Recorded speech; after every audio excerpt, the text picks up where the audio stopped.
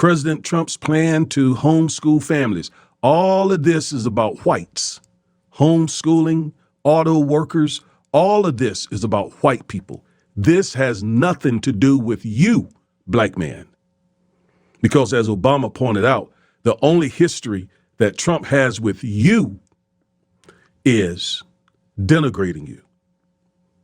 You remember he took out the full-page ad to have the Central Park 5 executed? I heard a YouTuber say he doesn't care about that, a black YouTuber say he doesn't care about that. And you plan on voting, 20% of you under the age of 50, you plan on voting for him. Again, preventing World War III. Joe Biden has been a disaster for the economy, which is crazy. You're in here all right, but only in terms of being victimized by Trump white supremacist agenda. Protect Medicare and Social Security. What does any of this have to do with you, black man? I'm telling you nothing except for the things that I showed you. So therefore, as Obama said, why in the world would you vote for a man like this? It is like voting for the slave master. It is like voting for the colonizer. That's what this is all about. That's how you look out here right now. That's exactly how you look. Like you are poised to vote for the colonizer, for the slave master. And that's what Obama's trying to get you to see, trying to get you to see beyond the disinformation that has been flooded into your brains. Boy, oh boy, oh boy, oh boy, oh boy. The lunatics are getting more deranged by the day. I love it. Absolutely love it, okay? Because the black propagandists are out here panicking in full force, right? Panicking over the fact that black men are saying, hey, we're done. We're leaving the Democrat Party plantation, okay? And the gatekeepers of the Democrat Party plantation are out here basically telling black men that, hey, you vote for the slave master. When, in my opinion, the black men that are deciding that they don't want to vote Democrat, these are the black men trying to escape, right? These are the black men trying to get freedom, right? Freedom, okay? But there's some people that don't want black people to be free of the Democrat Party. They want to keep black people enslaved forever, right? That's what they want, okay? And then they'll point the finger at you and say, you're the problem, right? You're the problem. So with that being said, okay, these people are essentially making the argument that there is nothing about Trump's agenda that is going to be good for black people. Now, I would like to make the argument that it's not about Trump's agenda being good just for black people or for black men. It's about the fact that Trump's agenda is good for all of America. And what's good for all of America is what's good for black people, okay? Democrats made a whole bunch of promises to black folks when Joe Biden and Kamala Harris was running, okay? And they didn't execute on any of those promises. But their agenda was bad for the whole country. And guess who also suffered from that? Black people suffered. Under Trump, the Democrats were boohoo, whining, crying, claiming that Trump's going to do this, he's going to do that, right? And Trump's agenda, his policies were good for the whole country, which means that they were good for black people. And you have some black people who have picked up on this game here that's played from Democrats, in which, again, they fearmonger about what Trump is going to do to black people and how he's going to be so bad for black people. And they realize, wait, hold on. None of these things happened under his first administration. Why would I believe any of these things would happen in his second administration, right? It just doesn't make sense. If anything, again, black people benefited heavily, right, from Trump's policies, right? You know, the same policies that they say just benefit the rich, right? No. Those policies benefited all of America, regardless of your skin color. And this is why I challenge people to evolve in their thinking in regards to politics and policies, right? Too many people are asking questions about, well, what is such and such going to do just for black people? And again, this is a very ignorant question to ask because first and foremost, that is unconstitutional, okay? Politicians cannot enact policies and legislation just to benefit a group of people based off race, okay?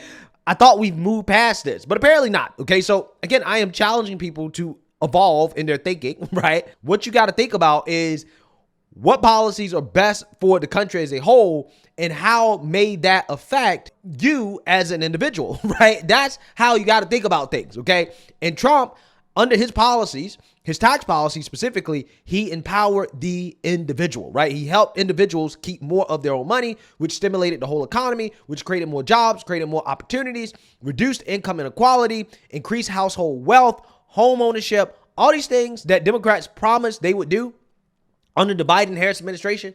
Yeah, those things happened under the Trump administration, right? Which is why Obama came out here while lecturing black men on why they most vote for Kamala Harris or else they're sexist. This is why he took credit for Trump's economy, because his economy wasn't that great, right? And Trump's economy was better. And everybody knows that Trump's economy was good. So he's trying to take credit for something that he had absolutely nothing to do with, right? And Byron Donalds here is going to educate this CNN anchor here, Miss Dana Bash, on why Obama is wrong to take credit for Trump's economy, and also how Trump's policies in his second administration are going to benefit black people, but most importantly, how is it going to benefit the whole country, which is what most people should be focused on, right? So without further ado, let's get into it. Let me turn to the topic of what Kamala Harris is doing this coming week, particularly Monday and Tuesday. She's got several events courting black voters. I know that you are talking about the black vote coming out, particularly black men, for Donald Trump. You're trying to help him along with that. To that point, can you talk specifically about what Donald Trump would do policy-wise in a second term to help black Americans? Sure, and thank you for that question. What Donald Trump is going to do is going to be actually quite similar to what he did in his first term. When you lower tax rates, when you cut these reckless and crazy policies that are now in the Kamala Harris administration, and you cut those regulations down, what it does is it frees up the ability for businesses to thrive, for people to be able to earn more money, for them to be able to keep more money in their pockets. All of his economic policies actually have a stabilizing effect on prices, and they grow our economy. You couple that with his energy policies. He calls it drill, baby, drill, but what it is being energy dominant in the United States of America. That also allows for us to put a cap on these massive price increases under the Kamala Harris administration. What that means in particular for black families is that you have an ability to earn more money, keep more money, wages actually growing when you adjust them for inflation. And then the big stat, and this happened during the first Trump administration, nobody likes to talk about it. I heard Senator Warnock mention it. Wages adjusted for inflation were massively up under Donald Trump for black men, for black families, but for all Americans. The wage gap that Democrats love to lecture about, the wage gap in 2019 was actually shrinking under Donald Trump's administration, his economic policies, his energy policies, and his regulatory policies. Can I just go back to the tax? So that's the agenda that black men are looking at. Okay, thank you for that. The tax cut question. Say again, go ahead. I would imagine that Kamala Harris would say, or would ask the question about how tax cuts for wealthy Americans will help the black community. What's the answer to that? Well, Kamala Harris would say something like that, but we know that she's wrong because economically she's been wrong for the last 1,400 days. If you look at Tax Cut and Jobs Act, it cut tax rates across the board, mostly for middle-class families. So this is why wages adjusted for inflation for black families was higher under Donald Trump than any other administration in the history of our country. That is a record of economic success. Let me just quickly play for you what former President Obama said exactly on this question of the economy a couple of days ago. Yeah, it was pretty good because it was my economy. It wasn't something he did. I had spent 8 years cleaning up the mess that the Republicans had left me the last time. He didn't do nothing except those big tax cuts. It's wild how this man claims that Trump didn't do anything except the tax cuts. But yet these are the same people that'll tell you that, well, the tax cuts just went to the rich. Well, if the tax cuts just went to the rich and they were so bad, then why are you taking credit for his economy, which is an admission that the economy was good, right? So those tax cuts for the rich must have been pretty good for the economy, right? Which is what he is inadvertently admitting, right? I mean, Democrats are so desperate at this point, they're trying to take credit for Trump's economy. Amazing, right? They want to take credit for Trump's economy, but they also want to say that Biden's economy is great, but they don't want to give Trump credit for Biden's alleged great economy. It's just funny how that works. If what Obama says is true, then Trump should get all the credit for all of the alleged great things that are happening with Biden's economy. But see, Biden's economy is not great, okay? Which is why Obama has to come out here and to try to take credit for Trump's economy, because Trump's economy is not only better than Biden's economy right now, and Kamala's economy as well too. It was better than Obama's economy, right? So he's trying to take credit for something he had absolutely nothing to do with whatsoever. The gaslighting is insane. How do you respond to that?